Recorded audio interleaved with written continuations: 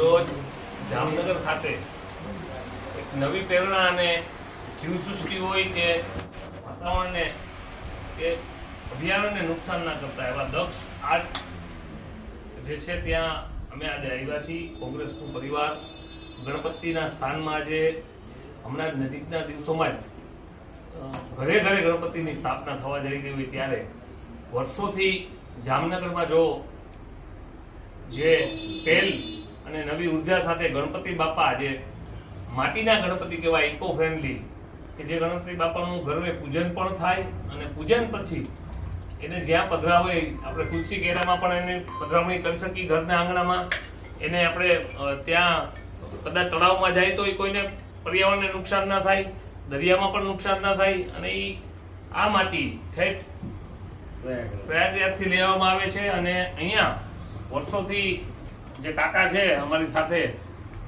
એ અહીંયા જ ઘરે માટીના ગણપતિ બનાવી અને અલગ અલગ મુદ્રામાં બેઠા હોય એવા ગણપતિ બાપાનું અહીંયા કાર્ય થાય છે અને ગણપતિ બાપા તૈયાર થાય છે. અહીંયા માટીના ફાર્મા બનાવી અને માટીની ગણપતિ થાય છે. ત્યાર પછી વિવિધ જાતના કલરો અને ત્યાર પછી એમને વિવિધ જાતના શણગારો, વસ્ત્રો પણ કરવામાં આવે છે.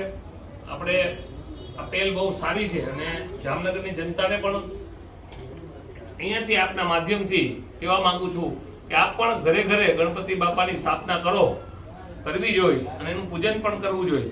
પણ તમે પણ ક્યાંક ને ક્યાંક ઇકો ફ્રેન્ડલી એટલે માટીના ગણપતિ બેસાડો, જેથી કરીને પર્યાવરણને પણ નુકસાન ના થાય અને ગણપતિ બાપાની જે આસ્થા છે એ જળવાઈ રહે. જય જય ગણપતિ મહારાજ.